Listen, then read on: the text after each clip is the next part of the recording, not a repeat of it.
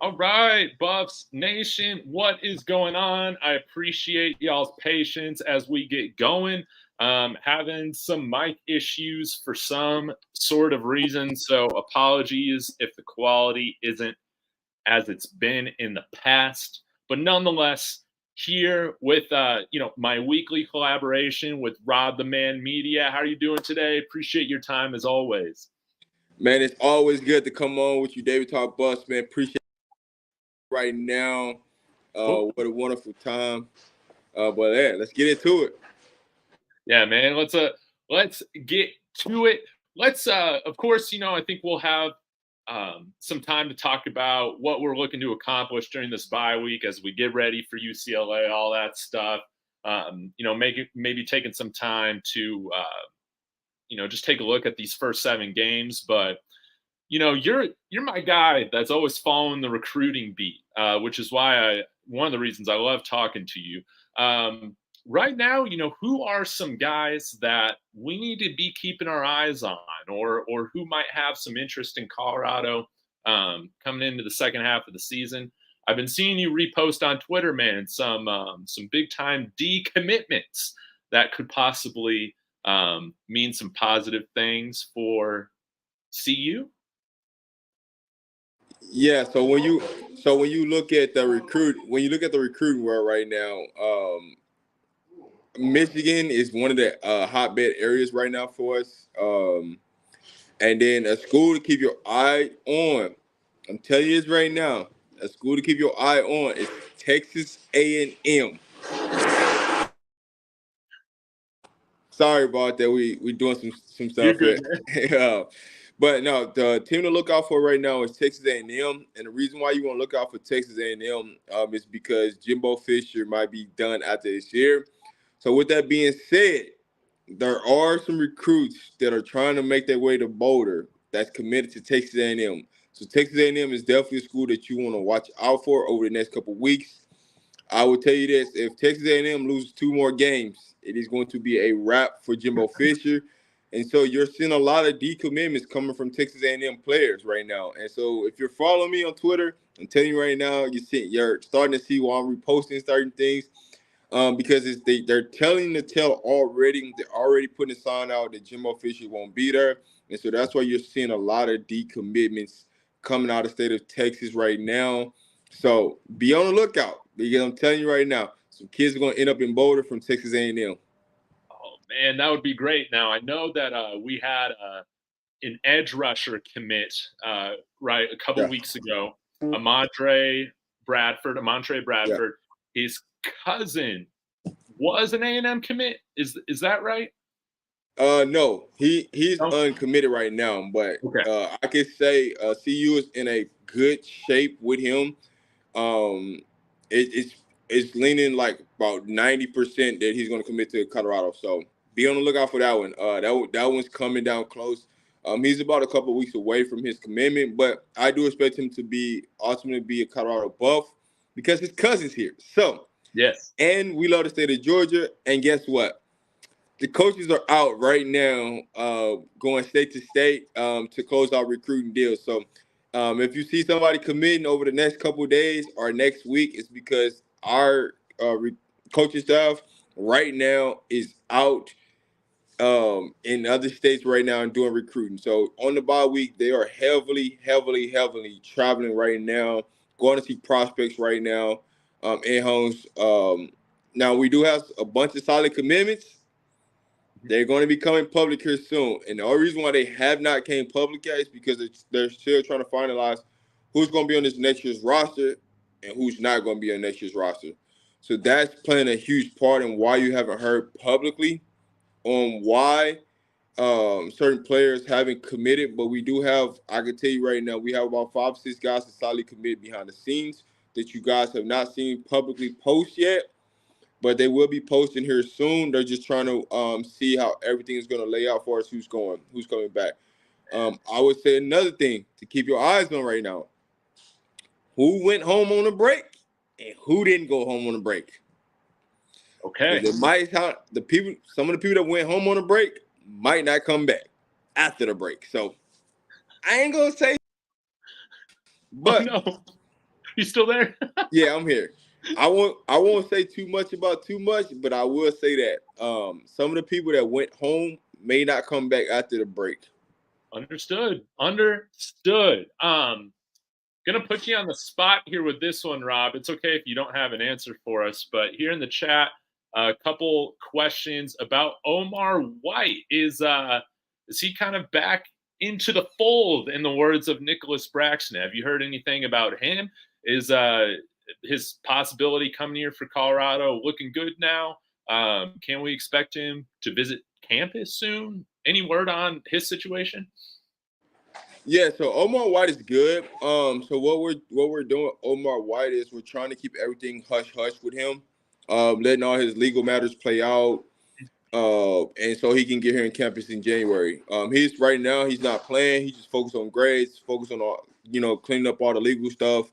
But there's a reason why we're not saying anything about him. And just due to the fact that we're trying to make sure that he has a clean nose coming to Boulder, Colorado. He's good. Everything is straight legally, and we don't have to worry about too much of nothing. So that's the real reason why you haven't heard anything about Omar White. He is committed to Colorado. He will be in Boulder, Colorado. Just be patient on him, as they're just trying to keep everything under wraps, keep everything low key about him. Hope that people forget about him, and hey, you will see him. Yeah. Well, I think too, man, with him, yeah, taking this fall to just get those things taken care of, grades, legal matters, all that. Yeah, like kind of how I'm looking at it, man. If he's ends up in Boulder, man, that's just a bonus, man, on top of the other guys that we're going to be bringing in. I mean, the guy's an absolute beast. He would be a huge boost for this defensive line in front seven, man. And man, I hope that he comes out here, man. I think it would be wonderful. I want to ask you too. Uh-huh. With the quarterback position, of course, we've had Bryce Underwood visit. We've had Beckham Kritza, another quarterback in the 25 class that has had a handful of visits. Obviously, he's back here at Fairview in Boulder after a few different transfers, so it's easy for him to make it to campus, make it to the games. But we did have another visit. I can't remember if it was official or unofficial this past weekend at the Stanford game. I'm forgetting his name. Can you give me kind of a fill-in on this player, a little bit of a scouting report? Yeah, so dang, why I just went to a mind blank. You're so good, man. I literally went to a mind blank as I was about to speak to you. I just posted about it. That's what's crazy about it. I literally just made a post about it. I have a screenshot somewhere, but I totally forgot his name too. I knew. I just like his mind, like my mind just went off just that fast. I was literally like had a mind blank on. But I would say that he had. Say it again. Antoine Hill. Yes, Antoine Hill. So my bad. Apologize. My bad. I literally had a blank out that fast. But Antoine Hill, he had a great visit overall. We're in the driver's seat for Mr. Hill. I do see him committing. His timeline right now is December, January. I do believe we will take two quarterbacks. Well, from everybody I've talked to at CU, we're going to take two quarterbacks in the class of 25. Who those two quarterbacks are going to be is still to be determined. But I will say one of them is going to be Antoine Hill in that situation. So who that second quarterback is going to be is still up for debate. But we're going to take two quarterbacks in that class. One, Shedeur is going to be gone, so you're going to have that battle, right, of who wants to QB1. Now, don't forget about Danny O'Neal. He is coming, right? He is coming in class 24. He's going to have a fight, but Hill is like pretty much a lock to Colorado. I mean, there is nothing that Colorado. Only way he does not come to Colorado is like I don't even want to put that in the open. But if Coach X if Coach X left the program, that's what I'm gonna say. But outside of that, right? Because that was really the biggest question, right? Will Coach X be there when he graduates and come in? So that was what the real main thing was. But outside of that, I mean, Coach X will be there. That's what I'm gonna leave it at. Coach X will be there. So Antoine Hill is definitely going to be. He's 1,000% locked in with Colorado. I don't see anything changing in that recruitment, going left or going right. I think we're come, December, January, we're going to get that commitment from him. Now it's going to, with that class of 25, we're already loading up. He has a big time receiver already in Winston Watkins. We're really securing that class of 25 up right now. So we're about to go really deep into that class of 25. So majority of the time that these coaches are going to spend on the recruiting road trip right now for the rest of this week, until like Saturday, they're going to spend a lot of time with the class of 25. And then a lot of the decommitments from the class of 24 that they're trying to get their hands on too. So I love it. I love it. Now with the last question about recruiting, then we can kind of get into the current football team as is with the 24 class. Are there any guys in particular? Right now I think we got 9 commits, something like that. Yeah. I would just like to hear your thoughts on some specific players. Do you think like any of these players we can expect to have significant time on the field their true freshman year? I know that could be a little bit hard to say right now, as we don't know what our transfer class is going to look like this year or anything like that. But who's got you really excited right now? I would say there is a couple of freshmen, and the ones that are going to commit, some of them are going to see the field. I can tell you that right now. They big time. But right now, number one on my list is Aaron Butler. Like Aaron Butler's day one starter for me. Just because what he's doing right now to get ready for college. He's going to be here in January, ready to go, locked in, ready to play. Number two, I will go with Brandon Swain. He's going to be ready to go from out of Michigan, the defensive end. Number three, I would say Tyson Chandler, the offensive lineman. He's a dog. He's coming in to compete. So if y'all think Van Wells got that center position locked up, I'm telling you right now, Tyson Chandler's going to come compete for that job. This class is going to be more about quality versus quantity.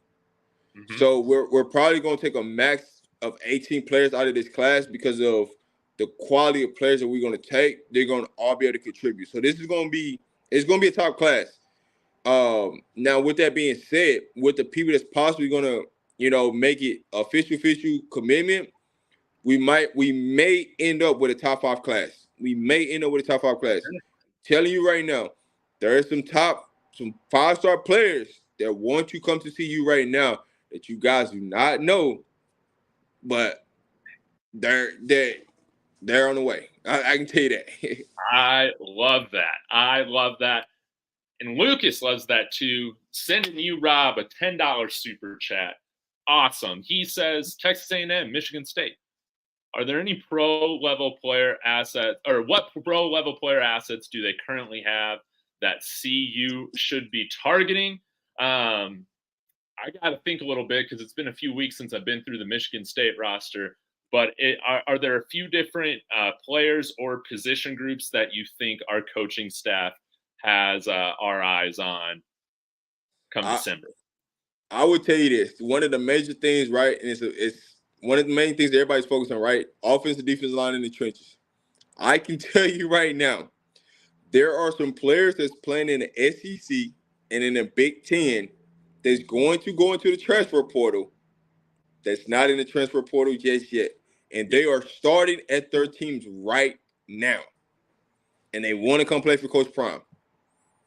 And so when you look at Texas A&M, for Texas A&M and Michigan State, we're attacking their recruiting class more than because you can't legally talk to their players, right? Right. But there are back channels, to players through parents, through aunties, uncles, grandmas, things like that know people that know people that know people. So with that being said, there's been some people reached out to me, because I know people that know people that know people. So with that being said, there are a lot of phone calls being made to the University of Colorado on the behalf of certain players at certain universities right now that is currently playing, and they're looking to get to Boulder. So the offense and defensive line in the trenches will be solidified. I'm telling you this right now. We got some big offensive linemen that's ready to come protect Shedeur Sanders for next year. So I'm telling you, the dog. I ain't gonna say dogs, but the guys that we need to get the job done for next year to make it to the playoffs are coming. Let's go. And every day that phone's getting bigger and bigger and bigger. So these coaches on the road, like I said, starting yesterday until Saturday evening, they're going to be on the road recruiting. And so they're in attack mode right now, and everybody's calling. So you're going to find out a lot of different things, and you're seeing a lot of players decommit. Expect some of them to, come for the Oregon State and Arizona game. Because pretty much after the Arizona game, you're not going to see any more commitments on campus until, you get closer to signing day. So anybody, the last push that we're going to make, they're going to come in December, right before signing day. So because early signing day is in December. So you're going to see a lot of people try to push in visits before early signing day. So we got a lot of things cooking up on the way. Yes. And I know with Michigan State, I can't speak to Texas A&M about this because I haven't been through their roster like I have Michigan State, but there are at least a couple players that I remember seeing that are from out here in Colorado. So, yeah, they would be like potential people that I would just look at immediately to see if there is interest. I would tell you this: when it comes to Texas A&M, anybody on that defensive line or our linebackers, keep your eye on them, please. And the only reason why I'm saying keep your eye on them is because Nick Williams, our defensive end coach, was the one who recruited him to Texas A&M. So I'm just letting you know. Connecting the dots on that. I completely forgot he was at A&M, man. He was at Texas A&M before he came to Colorado. What I would say to y'all about Texas A&M, they do have a bunch of studs on that defensive side of the ball. They just can't figure it out on offensive end, score enough points to win. So with that being said, the way things are set up with Jimbo Fisher right now and how things are looking with him, it's probably going to be a situation where he's going to be gone. And you're starting to see that with the decommitments. There's a reason why when you start to see a pack of players decommitting from one school, that means the writing's on the wall, and they know that their coach is about to go somewhere else. Yep, facts. Any update right now? I guess, people have been asking about Jordan Seaton. Obviously, we touched a little bit on Cam Coleman. And, Boo Carter, again, I still feel like there's a lot of steam with him right now. And I feel like with those players, momentum is moving in the right direction. Again, we'll have to see how it plays out, but how are you feeling about those players? So the top players right now for Colorado that there's on the watch list is Jordan Seaton, Cam Coleman, Nick Marsh, Boo Carter, and then Beeman from Alabama. He's an Alabama commit that's going to flip to Colorado here soon. So we got our top 5 guys who we're looking for right now. When it comes to Jordan Seaton, that's going to be the toughest one to flip out of all the players I just named. Boo Carter, it's a lot closer than a lot of people think, just because Boo Carter is super close to Aaron Butler, and their family are super tied in, and they're like this. So I would definitely tell you, Boo Carter, that's just going to come down to signing day. That's just flat out what it's going to do. It's going to come down to signing day. Now, with that being said, Jordan Seaton does want to play with Boo Carter. So it's a possibility, it could be a package deal, but it's not a guarantee. Everybody's after Jordan Seaton. He is, he's the top ranked offensive lineman. So any and everybody will wait for him. But I will say, we have a good opportunity to get Jordan Seaton. But Boo Carter, things are a lot closer than what you think they are. I love it, man. I can't wait to see how all this unfolds, man. I feel like, there's a lot of good momentum going with a lot of these players. I got to start wrapping up here in a few minutes, Rob. Again, always appreciative of your time, but wanna switch gears here really quick. Obviously, man, we all know what happened last Friday night. We know we've hit the bye week, man. From your perspective, man, what is this next week and a half looking like for the players and for this staff, whether that is, from the day to day, what you think they'll be doing, what they'll be focusing on to get ready to hopefully finish off the season on a very strong note? So I would say this for the rest of this week, some players went home, some players stayed. Like I said before. some of the players that went home, they may not come back to Boulder. That's all I'm gonna say. So this week is basically, last couple days just evaluating, right? Evaluate yourself, evaluate how you feel in the program, whether you want to play the rest of the season out or not. And it's not to say that everybody that went home not coming back. I'm just gonna say there's gonna be some players that went home and may not come back. So I've talking to number of players, number of families. So I kind of know the insight of some things. I can't release that type of information, but with that being said, this week has just been a focus.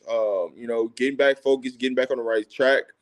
Now, when it comes to the coaches, majority of the coaches are out recruiting right now, so that's helping them get their mind off of football. But it's easy to set a program right now with the way everything happened, and it's just easy to explain. Hey, this is why we need you. You can say what you want to say, but this is why we need you because you're seeing what's on the field, right? You're seeing people. They don't want it. They don't have their heart. They don't have their desire to stay up to the standards that we want. So I get a lot of questions asking, did this hurt us in recruiting? It actually accelerated recruiting for us because everything that we've been preaching on why we need them is being shown every single week, week in, week out. So, hey, the opportunity is now. The opportunity is here. The opportunity is to seize to play. So you can't sit back and hide and be like, oh, well, this and that, I might not get opportunity. Well, guess what? You come to Colorado, you're going to get opportunity. You're going to get exposure. You're going to get NIL deals. You can't say you can't because guess what? If a walk-on can get an NIL deal and Charlie Offerdog, you can get an NIL deal here. So, and being commercials. So you got to be ready.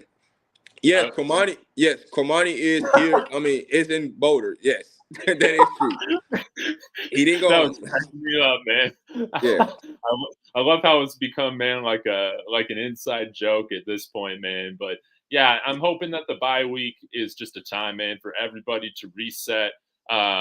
Players and coaches, man, everybody to get refocused again, man. Like a lot of what we need to do, man, is just I feel like from the players and coaches standpoint, man, we just need to stay locked in for 4 full quarters, man. Like if we could just play even 3 quarters, man, against some of these teams, man, I feel like we should have a good chance of getting wins. We just got to stop beating ourselves, and hopefully this bye week is the turning point for that, because I gotta assume, man.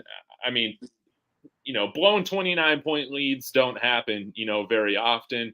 Yeah. I'm optimistic, man, that this staff and this program, this is going to be something that you never want to happen, but this is going to be something that helps propel them, to greater heights as we continue to grow this thing. Sometimes you got to go through the BS, man, to get to the promised land, right? I'll say this: all the players got the scouting report for UCLA. Mm-hmm. For those who went home, if you ain't watch film and you ain't studying what's really going on,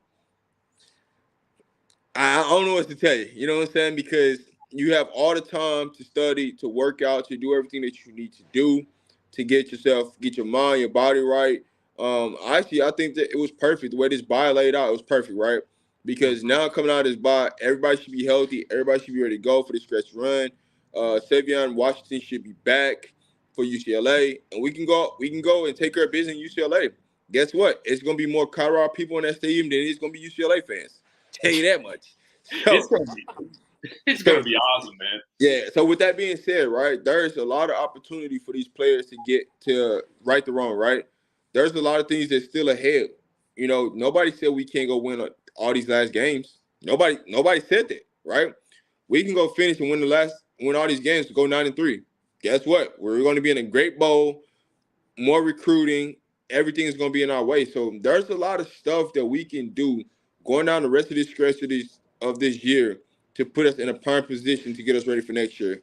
And so for those who's going to NFL, they still trying to push to get better film, right? To push up, because outside of Shedeur, nobody else right now is projected to go in the top 3 rounds. So guess what? There's still a lot of work to be done. There's still a lot of meat on the bones. You got to go out there and produce. So, Jimmy Horn, he suffered an ankle injury. He should be back ready to go for UCLA game. We have another couple of players on offense that suffered injuries. They didn't publicly put it out, so that's why I don't want to say nothing about it. But there's a couple other more players on offense that suffered some injuries. But the break happened at the right time. we're getting healthy. Our trajectory is going up in the right direction. The arrow's pointing up. And all we got to do is just keep grinding, and everything's going to take care of itself. Thanks, man. Absolutely. Side note, really quick, before we wrap up, I got to go here. You think we'll see, if sy'veon Washington returns, you think we might see Kareem Harden kick inside the guard? Here's what I would really want if it's me, right? Yeah. I'm leaving Kareem Harden at right tackle, and I'm putting sy'veon Wishing at left, and I'm taking out Tank. That's my wishes. Okay. So that's my wishes. But we'll see. I mean, anyway it go, I do think, I like, for me personally, I think they should put in the Jack Wiltie at the left guard. You put sy'veon Wilkerson at left tackle, Kareem Harden at right tackle, and that'll solidify our offensive line for the rest of the year. Man, I love it, man. I can't wait to see how it goes. Again, thank you so much for your time, Rob. Let the people know, man, where they can find you and what do you got coming up, man, for the rest of this week into the weekend. Yeah, so we got a show in 30 minutes. As you can see, all you got to do is type in RobDaMan Media. It'll pull up the live show. We go daily every single day. We go daily. We just talk sports. We talk CU. CU is the main topic, but most of the time we do talk about different sports. So it depends on what time you see the show. Our daily show during the day is always CU, but our night show changes. So we talk about NFL. We talk about the rest of what's going on in college football, Pac-12. So, hey, if you catch the night show, we ain't not talking about a little bit of everything, but you catch the day show, it's definitely going to be talking about CU, what to expect, injuries, recruiting, anything like that. And also, we have a Discord. So, hey, awesome. If you want content on like who we're recruiting, who we're after, definitely. Just all you got to do is follow those simple directions. We have a Discord, and you can get all the information on CU, HBCU, college football, NFL, NBA. So it's a variety of different things in there that we drop throughout the day. Shout out to my team that's a part of it, helping me out with the Discord too. Also, y'all do not go unmissed. We also have an NIL section in there. So with the NIL section in there, we have a book to how to master NIL deals and how to master NIL when you're in college, a high school student. So, hey, we dropping everything. I'm telling you right now, we're bringing it from all different landscapes with this part. So, hey, all you got to do is just tap into the Discord. We have everything that you need. And if there's something that you want and more of, all you got to do is just let us know, and we'll get it hooked up for you. Man, I love it so much. Awesome. Well, thank you again so much, Rob. Thank you again for everybody checking this out. 200 people in the stream, man. Freaking awesome. Make sure y'all hit that like on the way out. And if you're watching the replay, let us know your thoughts and where you're watching from as well. Rob, I will see you, I'm sure, again at some point again soon. Appreciative of your time. And everybody, we're coming off a loss. Doesn't matter, man. Things are looking up. And as always, go Buffs. Go Buffs. All right.